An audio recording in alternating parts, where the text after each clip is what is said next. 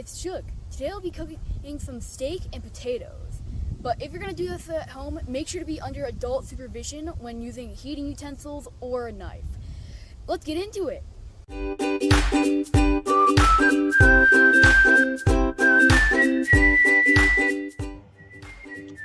done with the first potato.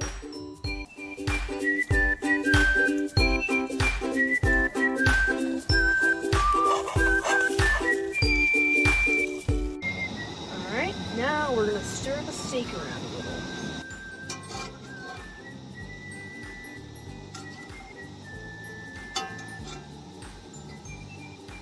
I don't need this, but we should be fine.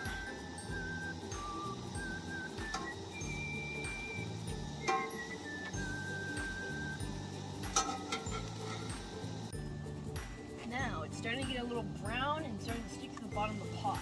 That's when we start stirring a little more. And that's where all the flavor is.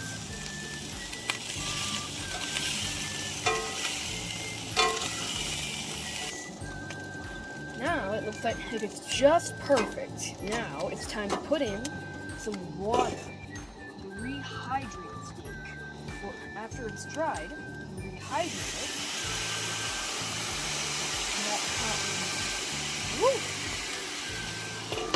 Now it's going to mix all together.